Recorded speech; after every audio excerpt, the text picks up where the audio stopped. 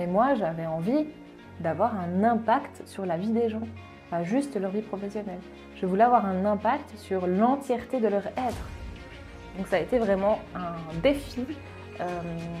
Et vraiment, j'ai très mal vécu cette période. Je me souviens, j'avais développé plein de boutons partout parce que tellement j'étais stressée. Et cette descente aux enfers, ça a fait que ça m'a remis en question toute ma vie. Et en fait, j'ai commencé à me poser beaucoup de questions sur tout ce qui était féministe, sur la confiance en soi, la reprise de son pouvoir personnel, parce qu'en fait, je me sentais l'ombre de moi-même, je n'étais pas moi-même. Et puis après, très vite, vu que moi je suis une fonceuse, que je suis déterminée, que je ne me repose pas sur mes acquis, j'ai pu grader dans l'entreprise, du coup, donc je suis très vite devenue responsable RH. Et en fait, en début 2021, j'ai fait une rencontre avec un homme, et cette rencontre, ça a été vraiment fulgurant parce qu'en fait, ça m'a révélé à moi-même. C'est comme si mon âme me poussait à travailler sur moi. Non, moi je vois les choses dans leur globalité.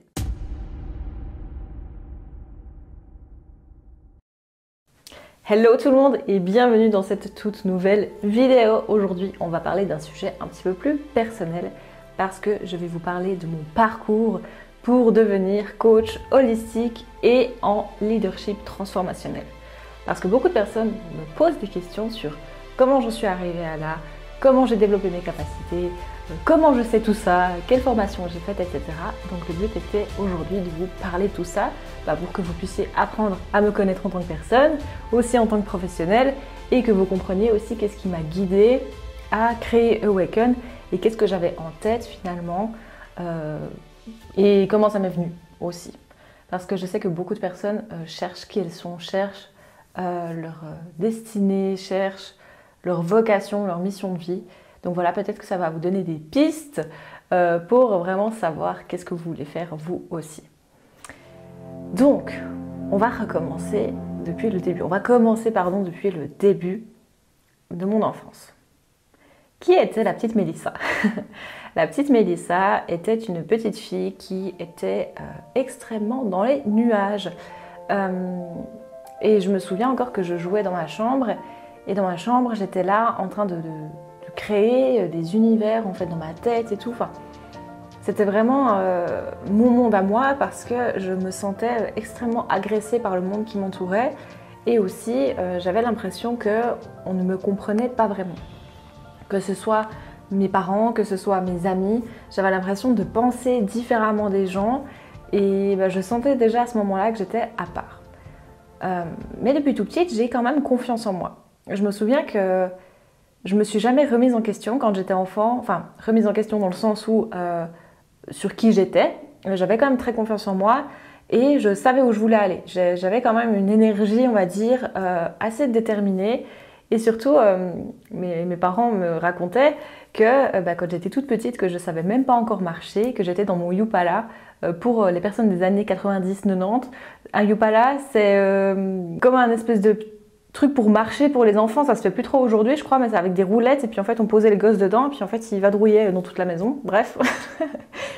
Et en fait, j'allais vers la chaîne IFI et je savais allumer la musique. Alors que j'avais même pas un an. Et en fait, les vieilles chaînes IFI, je ne sais pas si vous vous souvenez, mais c'est des chaînes IFI avec plein de boutons partout. Et clairement que pour trouver le bouton on-off, c'était un peu compliqué. Mais j'avais déjà cette faculté-là d'aller chercher les choses par moi-même. Depuis toujours, je suis autodidacte. Je suis déterminée et je suis débrouillarde. C'est-à-dire que si je ne trouve pas ce que je veux, je vais aller chercher, grailler encore et encore pour réussir. Et ma vie se résume à ça, vraiment. C'est que j'ai beaucoup plus appris par moi-même que dans mes études, qu'à l'école, etc. Après, j'étais dans un petit village qui s'appelle Kofran, qui est en Suisse. Et en fait, j'ai vécu quand même une enfance... j'ai des très bons souvenirs de cette école-là et de mes professeurs. Sauf que toute ma scolarité, on m'a répété une chose qui me rendait dingue. Mélissa a de grandes capacités, mais se repose sur ses lauriers. De la première année primaire jusqu'à la fin de l'école obligatoire, même après, on m'a répété cette phrase. Et la même phrase. J'étais là, mais est-ce que les profs communiquent entre eux? Et en fait, c'était ultra frustrant pour moi parce que apparemment, tout le monde voyait que j'avais des capacités, sauf que moi, je ne savais pas. Et j'avais pas l'impression de me reposer sur mes lauriers. Enfin, je savais pas comment mieux faire, en fait. Du coup, c'était super frustrant pour moi parce que j'ai jamais été une personne très studieuse. Je n'arrivais pas à étudier, je n'arrivais pas à apprendre. L'appris par cœur, pour moi, c'était un supplice. Je me souviens encore, je me vois, quand j'étais petite, c'est en train de réécrire mes phrases en allemand, en fait, pour apprendre le vocabulaire.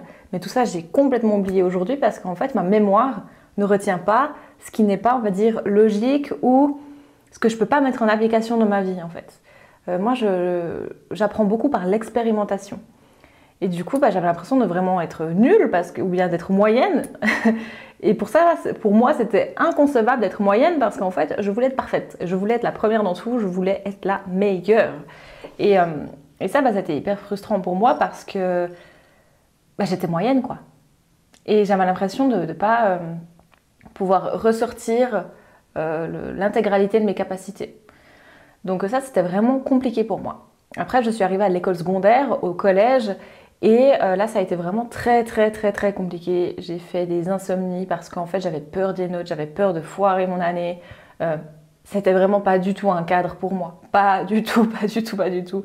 Je comprenais rien. Enfin, vraiment, j'avais l'impression que tout ce qu'on me transmettait, qu'on m'enseignait, ça me passait, mais vraiment, mais là au-dessus, comme si j'étais imperméable à tout ça. Et j'étais là, mais qu'est-ce que je vais faire? Et puis en plus, c'est à la fin de ce cycle-là, donc à 15 ans, qu'on est censé savoir ce qu'on veut faire dans la vie. Je n'en avais aucune idée. Je voyais tout le monde aller au lycée, au gymnase, voilà, qui avait déjà une idée de ce qu'ils voulaient faire. Et moi, j'étais là au milieu, j'étais là, mais qu'est-ce que je vais faire en fait? Qu'est-ce que je vais faire? Donc j'ai voulu en fait me lancer en tant que styliste dans une école d'art, sauf qu'en fait, j'avais pas de compétences. Enfin, moi, je venais pour apprendre, sauf qu'en fait, dans cette école-là, il fallait déjà avoir un certain niveau. Donc j'étais là, bon, ok, qu'est-ce que je vais faire? Après, j'ai oublié mon inscription au lycée. Voilà, basique, basique dans ma vie.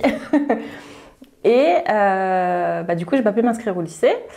Donc en fait, j'ai dû trouver une place d'apprentissage pour faire un CFC, alias un CAP en France, parce que c'était un peu le dernier recours.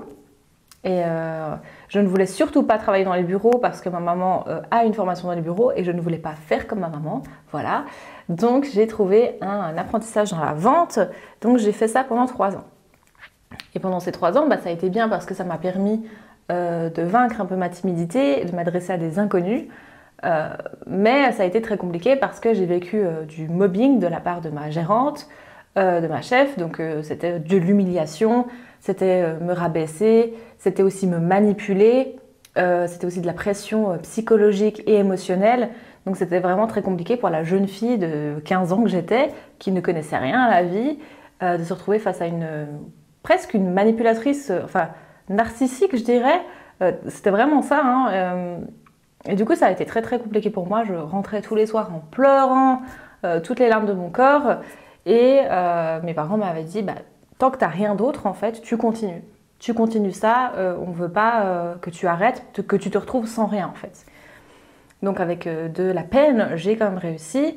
Et là, à l'école, ça allait beaucoup mieux, parce que j'ai trouvé des amis en or qui font encore partie de ma vie aujourd'hui. Et si vous voyez cette vidéo, je vous love. Et puis en fait, là, l'école, c'était super simple pour moi. Je ne révisais pas et j'avais une moyenne de... je crois 5,1 ou 5,2 sur 6. En Suisse, c'est sur 6, donc c'est du bien, donc sans réviser. Et après, j'ai eu mes examens, j'ai eu mon CFC, donc là, c'était parfait. Après ça, j'ai voulu quand même continuer de faire une maturité professionnelle parce que j'envisageais d'aller dans une haute école de gestion pour faire du marketing. Sauf que cette année-là m'a dégoûtée littéralement de l'école parce que ce qu'il faut savoir, c'est qu'en fait, cette maturité n'était pas du tout adaptée à mon cursus à moi. C'était adapté aux personnes qui avaient justement fait un apprentissage dans les bureaux, dans l'administration. Et en fait, du coup, il me manquait clairement 3 ans d'école que j'ai dû rattraper en même temps que j'apprenais de la nouvelle matière pour la maturité. Donc ça a été vraiment un défi. Et vraiment, j'ai très mal vécu cette période. Je me souviens, j'avais développé plein de boutons partout parce que tellement j'étais stressée. C'était vraiment atroce. J'ai pas du tout eu de plaisir. Vraiment pas pendant cette période-là. Et voilà, puis après j'ai fini cette maturité qui a duré 1 an. Et je me suis dit, mais en fait, je ne veux plus aller à l'école. Vraiment, ça m'a dégoûtée au possible de l'école. Je me suis dit, c'est pas possible. Là, je ne peux pas faire 3 ans de bachelor, c'est pas possible. Donc en fait, j'ai trouvé mon premier job. Et donc mon premier job, c'était un job dans les bureaux. J'étais... comment je pourrais dire ça? J'étais employée de commerce, donc en fait c'est téléphoniste, je saisissais des commandes et tout. C'était mon premier job. Et là, j'ai de nouveau eu des soucis en fait avec la direction, de nouveau du mobbing. Et ça a été de nouveau très compliqué parce qu'en fait après j'ai fini en burn-out tellement je me mettais la pression, tellement j'avais peur de faire faux, j'ai fini par faire un burn-out. Et bien ce burn-out en fait qu'est-ce que ça a fait? C'est que je n'arrivais plus à me lever de mon lit, c'est que je vomissais avant d'aller au travail, c'est que ma vie n'avait plus aucun sens, je me laissais clairement mourir, enfin c'était vraiment hard. Et dans cette même période j'ai aussi rencontré mon ex-copain, mais ça j'en parlerai dans un podcast. Et puis voilà, puis du coup, je me suis dit, en fait, mais qu'est-ce que je veux faire? Donc en fait, mon médecin m'a conseillé de démissionner, donc j'ai démissionné sur ses conseils, et j'ai arrêté. En fait, ce qu'il faut savoir, c'est jusqu'à là, je ne me suis pas vraiment posé de questions sur ma vie professionnelle, hein, si vous voyez bien ce que je veux dire. Et après ça, j'ai fait du chômage pendant, je crois, 6 mois, 8 mois, et j'ai trouvé un job dans une crèche, où là, je suis arrivée, j'avais 19 ans, je crois. Ouais, je devais avoir 19 ans ou 20 ans, voilà. Et en fait, il n'y avait aucune structure administrative qui était mise en place. Rien du tout. Donc je suis arrivée dans cette crèche-là et moi j'avais seulement 1 an de connaissances professionnelles derrière moi. Et en plus, j'avais pas du tout dû mettre en application un système administratif. Enfin, pas du tout. C'était, je suivais simplement les procédures. Et je suis arrivée là. Et j'étais là, ok, je connais pas le domaine de la crèche, je connais pas le domaine du social, je connais pas du tout les procédures qu'il faut faire, je connais pas la comptabilité, enfin, vraiment j'étais larguée, j'étais complètement larguée. Je me suis dit, mais comment je vais faire? Donc en fait, j'ai pris les choses une à une, petit à petit. J'ai commencé à comprendre, j'ai cherché, je me suis renseignée et j'ai commencé petit à petit à construire un système administratif pour que ce soit viable un minimum. Alors avec le recul, bien entendu que ce n'était pas du tout parfait, mais j'ai fait ce que je pouvais avec les moyens que j'avais à ma disposition. Et ça a tenu un bon moment et j'avais beaucoup de plaisir parce que j'étais avec les enfants aussi. Et une fois par semaine, j'avais proposé à la directrice d'aller travailler avec les enfants justement comme auxiliaire du coup en crèche. Et j'ai vraiment eu énormément de plaisir parce que les enfants sont incroyables. J'aime les enfants de tout mon cœur, vraiment. Je travaillais avec des 0-4 ans, enfin vraiment tellement de bons souvenirs dans cette crèche. Et après, je suis partie parce que malheureusement, j'étais à un trop faible pourcentage, ce qui n'était pas viable pour le long terme pour moi. Et ensuite, j'ai été engagée dans une entreprise de construction métallique. Et de tôlerie industrielle. Donc en gros, pour vous donner les secteurs, c'est secteur de la construction et secteur de l'industrie. Et je suis arrivée dans cette entreprise et puis moi j'en voulais quoi. J'étais là, ça y est, là ma vie professionnelle ne ressemble à rien du tout, maintenant je fonce. Donc initialement à la base, j'avais été engagée comme assistante de direction. Et puis en fait très vite, j'ai demandé s'ils ne pouvaient pas me payer une formation en fait pour devenir justement RH. Pourquoi RH? Je ne sais pas. Je vous avoue que tous les choix que j'ai faits dans ma vie professionnelle, c'était vraiment trop le flou. Donc en fait, je ne sais pas pourquoi j'ai fait tel ou tel choix, hein, mais je les ai faits. Voilà. Et en fait, j'ai fait cette formation, ça m'a appris beaucoup de choses. J'ai été très très contente de la faire. Et ça m'a appris beaucoup de choses aussi pour moi-même, dans la société en vrai. Donc c'était vraiment très cool. Et après, j'ai pris le poste de RH dans l'entreprise. Et puis après, très vite, vu que moi je suis une fonceuse, que je suis déterminée, que je ne me repose pas sur mes acquis, j'ai pu grader dans l'entreprise du coup. Donc je suis très vite devenue responsable RH de l'entreprise. Et j'étais du coup le lien entre les collaborateurs et la direction. Ce qui m'a donné beaucoup de cartes en fait, parce que j'ai pu développer beaucoup de skills. Que ce soit autant en leadership, autant en management, autant en gestion des priorités, en organisation, en procédure, processus. Et surtout, en fait, dans l'entreprise, dès que je voyais que quelque chose n'allait pas, j'allais chercher le problème et j'essayais d'y remédier. Après, dans les limites du possible, on est bien d'accord, mais j'avais vraiment cette faculté d'être très polyvalente, de toucher à tout un peu et de devenir un peu le couteau suisse. Et j'aimais beaucoup cette fonction-là parce qu'en fait, aucune journée ne se ressemblait. Et je voyais de tout, je voyais autant de l'immobilier, je voyais des procédures juridiques, je voyais des ressources humaines, les salaires, la comptabilité, les finances, Je voyais aussi tout ce qui est technique, le rachat de nouvelles entreprises. Enfin, vraiment, c'était hyper vaste. Et j'ai eu énormément de plaisir de travailler dans cette entreprise. Et puis, mais entre-temps, en fait, en parallèle de tout ça, je commence à travailler sur moi. Je commence à travailler sur moi en 2018, quand j'ai rompu avec mon ex-copain. Et j'étais engagée dans cette entreprise que je vous parle en 2019. Et suite à la rupture avec mon ex-copain, ça a été très compliqué parce qu'en fait, j'ai fait une descente aux enfers, clairement. Mais comme je vous l'ai dit, je vais vous en parler dans un podcast prochainement. Et cette descente aux enfers, ça a fait que ça m'a remis en question toute ma vie. Et en fait, j'ai commencé à me poser beaucoup de questions sur tout ce qui était féministe, sur la confiance en soi, la reprise de son pouvoir personnel, parce qu'en fait, je me sentais l'ombre de moi-même, je n'étais pas moi-même. Et j'avais l'impression d'errer dans ma vie et de pas être là, en fait. J'avais beaucoup de phénomènes aussi de dépersonnalisation, de dissociation. Et sur le coup, je ne savais pas du tout mettre de mots là-dessus. Parce qu'en fait, pour moi, la thérapie, c'était quelque chose qui était complètement inconnu au bataillon. C'était pas du tout quelque chose de... On va dire, dans la famille, on parlait pas du tout de thérapie. Donc voilà. Et début 2019, j'ai commencé à aller encore plus profondément en moi. J'ai commencé à faire de la kinésiologie. Ça fonctionnait bien sur moi, ça me faisait beaucoup de bien. Mais je sentais qu'il manquait quelque chose. Je sentais que j'avais besoin d'aller encore plus loin. Et la kinésiologie, j'en ai fait pendant, je crois bien, 3-4 ans. Et toute l'année 2019-2020, je me souviens, c'était vraiment un purgatoire émotionnel. J'étais ni heureuse ni malheureuse. Et je me posais vraiment des questions sur le fondement de mon existence. Et je me disais, mais comment faire pour être heureuse ? Qu'est-ce qui va me permettre de vraiment m'épanouir dans ma vie ? Et c'est durant ces 2 ans-là, que j'ai commencé à me poser des questions sur qu'est-ce que je voulais apporter au monde. Mais ça n'a pas été simple parce qu'en fait, je ne savais pas qui j'étais. J'avais oublié qui j'étais. En plus de ça, j'ai vécu beaucoup d'agressions au niveau sexuel dans ma vie qui m'ont complètement dissociée de mon corps. Je ne sais pas comment vous expliquer, mais en fait, j'étais vraiment l'ombre de moi-même, mais c'était autant intérieurement que extérieurement. Même dans mon physique et tout, c'est comme si mon apparence physique, mon enveloppe physique ne représentait pas qui j'étais. Et je ne sais pas vous expliquer, mais j'avais du mal à me mouvoir dans l'espace, à me représenter dans l'espace. C'est très bizarre. Et ces 2 ans-là, ça a été vraiment très compliqué. C'était très compliqué parce que finalement, je me suis vraiment consacrée à 100% à mon job. Et moi, je me suis un peu laissée sur le carreau, quoi. Et en fait, en début 2021, j'ai fait une rencontre avec un homme, et cette rencontre, ça a été vraiment fulgurant parce qu'en fait, ça m'a révélée à moi-même. C'était très bizarre. Et cette rencontre m'a complètement bouleversée, chamboulée, parce que c'est venu remettre en question absolument tout ce que je considérais être la réalité.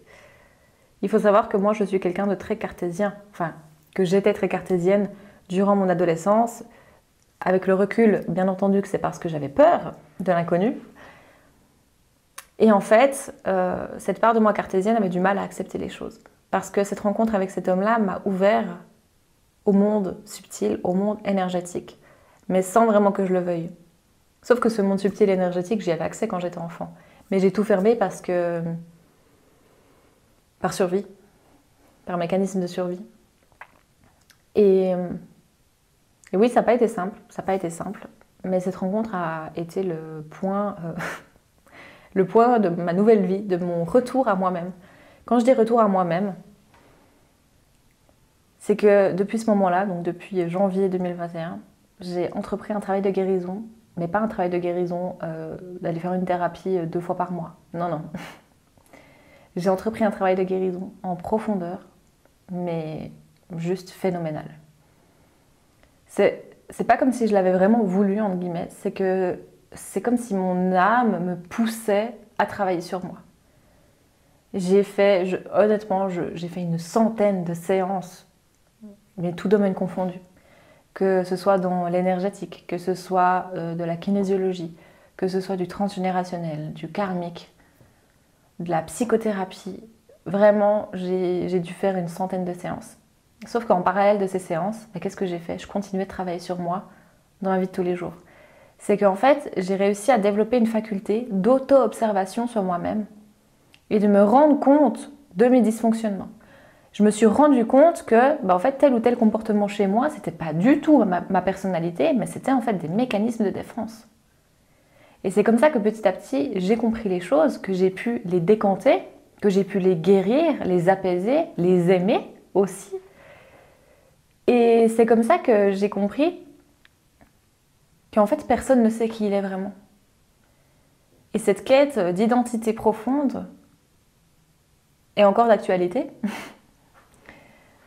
Mais je pense qu'elle sera d'actualité toute notre vie.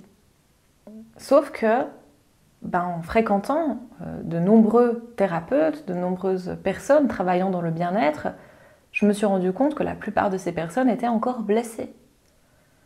Mais blessées à un haut niveau. Sauf qu'elles ne se rendaient absolument pas compte. Parce que aussi avec l'ère du Covid, il y a beaucoup de personnes qui se sont lancées dans l'énergétique, dans l'hypnose, dans tout ça, mais sans avoir d'expérience. Et surtout sans s'être guéries au préalable. Et du coup, ces personnes manquent de conscience et vont transmettre inconsciemment leurs blessures, leurs insécurités à leurs patients. Elles peuvent aussi venir toucher et interférer dans des sphères subtiles énergétiques qu'elles n'ont même pas idée. Et en fait, tout ça, ça peut être quand même passablement dangereux pour les personnes, pour les clients, du coup. Et j'étais un peu observatrice de tout ça.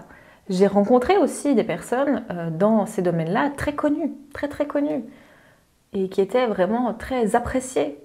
Et je les ai vues pour qui elles étaient vraiment, et je me suis dit, ah oui d'accord, en fait, la notoriété, ça ne fait pas du tout la qualité ni les compétences. Et ça, je m'en suis rendu compte. Et en fait, avec tout ça, je me suis dit, mais le monde a besoin de retourner à lui-même. On a besoin de retrouver qui on est vraiment, notre identité profonde, mais tout ce qui est proposé aujourd'hui sur le marché, ça ne fonctionne pas. Parce qu'en fait, ça maintient les gens dans un ego, ça maintient les gens dans une illusion de guérison, sans même que les gens se rendent compte. Parce que comme je le dis souvent, 95% de l'esprit, c'est de l'inconscient. Et tant qu'on ne va pas débusquer ce qui est dans cet inconscient, on va continuer d'agir à travers nos mécanismes de survie, de défense. Et c'est en voyant tout ça, en fait, que je me suis dit, ok, il y a quelque chose à faire. Et en plus de ça, oui, j'étais RH, mais moi, j'avais envie d'avoir un impact sur la vie des gens, pas juste leur vie professionnelle. Je voulais avoir un impact sur l'entièreté de leur être. Leur donner les outils pour aller mieux. Leur donner les outils pour retrouver leur identité profonde. Parce que toute ma vie, j'ai cherché qui j'étais. Toute ma vie, je me suis demandé, ok Mélissa, c'est qui? Qu'est-ce que je suis venue faire sur cette terre? Et c'est pour ça que je me suis lancée dans le coaching holistique. À la base, j'ai essayé plein de choses. J'ai essayé les consultations médiumniques, parce que je suis médium. J'ai essayé aussi d'être passeuse d'âme. J'ai essayé d'être énergéticienne. J'ai essayé... qu'est-ce que j'ai essayé encore d'être dans le karmique, dans le transgénérationnel. En fait, toutes ces compétences, je les ai en moi. Et vu que je les ai en moi, je pensais qu'il fallait que j'en fasse ma mission ou ma vocation. Alors que pas du tout. En fait, ces compétences-là, elles sont en moi. Et je pense pour une bonne raison, c'est parce que ça me permet d'avoir une vision à 360 des gens. Parce qu'en fait, je ne m'arrête pas au physique, je ne m'arrête pas à l'énergétique, je ne m'arrête pas à l'émotionnel, au psychique, au psychologique. Non, moi je vois les choses dans leur globalité. Et c'est ça qui me donne aussi cet aspect justement holistique, parce que je peux tout percevoir. C'est-à-dire qu'une personne est devant moi, je sais dire qu'est-ce qu'elle a vécu dans son enfance, pourquoi elle a telle apparence physique, pourquoi, je ne sais pas, d'un coup elle a des boutons sur le corps, pourquoi est-ce qu'elle a un amas de graisse à un endroit, qu'est-ce qu'elle a vécu dans son enfance, qu'est-ce qu'elle a vécu avec ses parents. Vraiment, j'ai la faculté de tout voir dans son ensemble. Et cette faculté, j'ai voulu le mettre au service du monde. Donc durant toute l'année 2023, je me suis cherchée. Je me suis cherchée parce que du coup, je suis partie de mon ancien travail parce qu'en fait, on s'est mis d'accord que ça n'allait plus. Ça n'allait plus, j'étais tellement stressée que je ne dormais plus, que c'était plus du tout un plaisir pour moi d'aller au travail, c'était très compliqué. Il m'a fallu du temps pour m'en remettre et puis en même temps, je voulais lancer ma nouvelle activité. Je voulais essayer du moins. Et en fait, cette année 2023, elle a été compliquée parce que j'ai essayé plein de choses. J'ai essayé plein de choses et Je trouvais pas le truc qui me faisait vraiment vibrer, je trouvais pas le truc qui me remplissait vraiment. Et en fait, j'ai quand même continué de travailler sur moi de toute façon, de suivre une thérapie, de vraiment toujours essayer de m'améliorer, de poser des actions pour mon bien-être, pour ma sérénité intérieure. Et en fait, en novembre, j'ai eu une révélation en moi. La révélation, ça a été Awaken. En novembre 2023, j'ai eu la révélation Awaken. Parce qu'en fait, je ne m'autorisais pas à voir grand. J'étais toujours en train de voir petit. Et en fait, j'étais là, ok, là maintenant, novembre 2023, je ressens l'impact que je peux avoir sur le monde. Je ressens l'impact que je peux avoir sur la Terre, sur la vie des gens, sur les millions de personnes qui vont être impactées par mes mots, par mes programmes, par mes outils de guérison. Et ouais, ça m'a fait un... Et j'avais le smile jusqu'aux oreilles parce que j'étais là, ouais, c'est ça, c'est ça. Et en fait, j'ai commencé à travailler sur cette entreprise, j'ai commencé à me connecter à la vision, à la mission, aux valeurs, à l'histoire. Et j'étais là, mais c'est ça. Tout s'est passé extrêmement vite parce qu'en fait, c'était tellement aligné. Et c'est comme ça que j'ai défini que j'étais coach holistique parce qu'en soi, je ne savais pas trop mettre d'autres mots sur ce que je faisais. Mais en fait, tous les programmes qui sont créés chez Awaken, ce sont des méthodes que nous avons éprouvées, mais que nous avons aussi développées. Il y a autant des choses qui sont issues de la psychologie, des neurosciences. Il y a autant des choses qui sont issues de la psychanalyse, de l'énergétique, de l'ésotérisme, de la spiritualité. En fait, c'est vraiment des accompagnements à 360. Et c'est pour ça que ça donne des transformations autant incroyables. Parce qu'en fait, on incite vraiment les personnes à changer leurs habitudes dans leur vie de tous les jours. Et pas juste se contenter d'être dans l'introspection intérieure. Et comment, du coup, je suis devenue aussi leader transformationnel. En fait, le leadership, c'est quelque chose qui est inné en moi. C'est inné en moi parce que même je retrouve des vidéos de moi quand j'avais 7 ans. C'est moi qui orchestrais le déballage des cadeaux à Noël. C'est moi qui disais comment il fallait faire, de quelle manière, pourquoi c'était bien de faire comme ça. Et vraiment, je prenais les gens avec moi. Et même, je nous vois encore une fois, on avait fait un tournoi de foot et tout. Puis c'était moi qui disais, ouais, toi tu as ce poste-là, on fait ci, on fait ça, machin, machin. Et j'ai toujours eu cette place-là de leader. Et j'ai toujours eu cette place de leader là aussi dans les anciens jobs. Même si j'avais moins confiance en moi et tout, j'avais comme cette énergie vraiment déterminée en moi.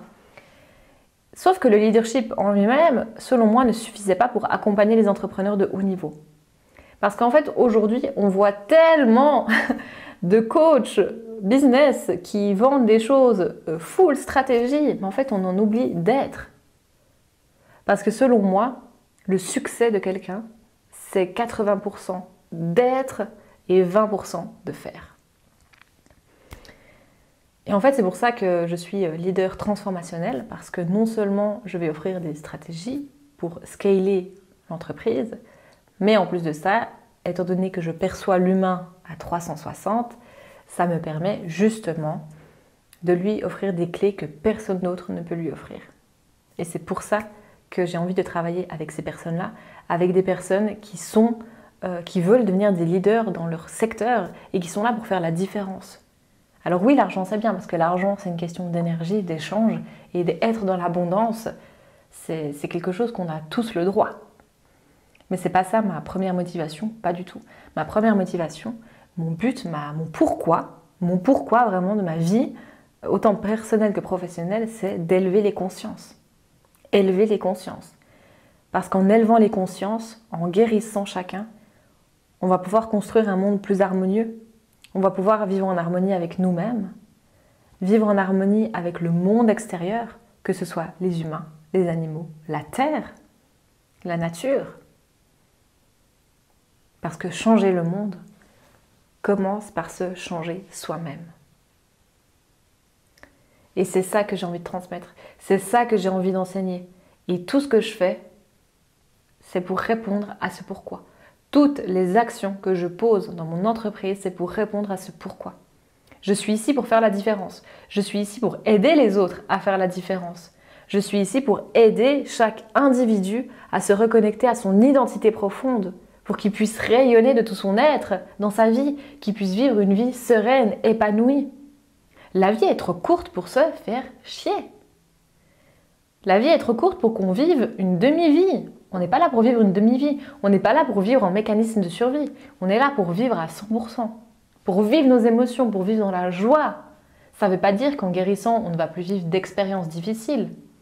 Mais notre appréhension de l'expérience sera beaucoup plus résiliente et beaucoup plus dans l'accueil et dans l'apprentissage. On va être tellement plus sain pour nous-mêmes, tellement plus sain pour le monde qui nous entoure. Parce qu'aujourd'hui, 100% des problèmes de cette terre sont issus de l'ego, sont issus de mécanismes de défense, sont issus d'enfants blessés. Et c'est ça qui est affligeant. C'est ça. Parce qu'en fait, la solution est simple, sauf qu'on cherche le compliqué. Mais j'ai confiance. Peut-être que vous me direz je suis utopiste. Peut-être. Mais j'ai confiance. Je crois en moi. Je crois en Awaken. Je crois en toutes les personnes qui vont rejoindre Awaken. Parce que rejoindre Awaken, c'est rejoindre un mouvement révolutionnaire. Rejoindre Awaken, c'est se dire oui. Rejoindre Awaken, c'est faire la différence. Rejoindre Awaken, c'est faire bouger les lignes. Pour plus d'harmonie sur Terre. Merci de m'avoir écouté. On va se laisser là aujourd'hui. J'espère que cette vidéo aura résonné en vous, que vous en saurez plus sur moi, sur qui je suis. Et peut-être que ça va vous inspirer aussi à faire de même. Alors comme vous aurez pu le constater, je n'ai pas parlé du tout des formations que j'ai faites. Parce que selon moi, les formations c'est bien, ça vient donner des compétences en plus. Mais c'est pas ça qui rend légitime une personne. Parce qu'en fait, si la personne elle-même n'a pas déjà des facultés d'intelligence émotionnelle en elle, elle peut apprendre tout ce qu'elle veut. Ça ne vibrera pas avec son être. Donc voilà ce que je peux dire pour aujourd'hui. Je vous fais à tous et toutes des très gros bisous. Je vous dis aussi bienvenue chez Awaken. Si cette vidéo vous a plu, n'hésitez pas à aimer la vidéo, à la partager aussi à des personnes qui pourraient être sensibles à notre message. N'hésitez pas aussi à vous abonner à la chaîne, à activer la cloche des notifications pour ne manquer aucune de nos nouvelles vidéos qui sont postées tous les dimanches à 17 h sur la chaîne. Sur ce, je vous dis à très bientôt. Bye bye!